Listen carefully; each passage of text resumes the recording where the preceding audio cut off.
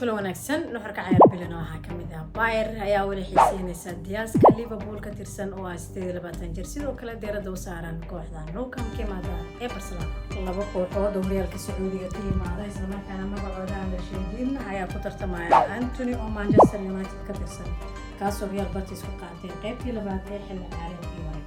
ciyaartoyga Brazil oo 20 jir ayaa doonaya inuu sii joogo Spain numberka saddexaad ee qaranka Ingiriiska ee Luke Shaw waxa uu dhageysanaya dalabyada ka imaanaya horyaalka Sacuudiga 30 jirkan ayaa ku dhow in Manchester uu ka dhaqaaqo 11 sano kadib Manchesterna waxaa laga soo diiday amaahdii ay ku daneynaysay 32 jirka Aston Villa iyo xulka qaranka Argentina ee Emiliano Martinez ugu dambeynna kooxda Tottenham Hotspur ayaa doonaysa Paulinho oo ka tirsan kooxda Bayern Munich qaadii Tottenham saxiixan ay ku guuleysatay waxay ka dhigan tahay in ciyaartoygan ay dib ugu soo celinayso horyaalka Ingiriiska xilli hore ugu soo ciyaaray kooxda galbeedka London ee Fulham intaasina waxaa ku eeg marka ciyaar bilayn nabadgelyo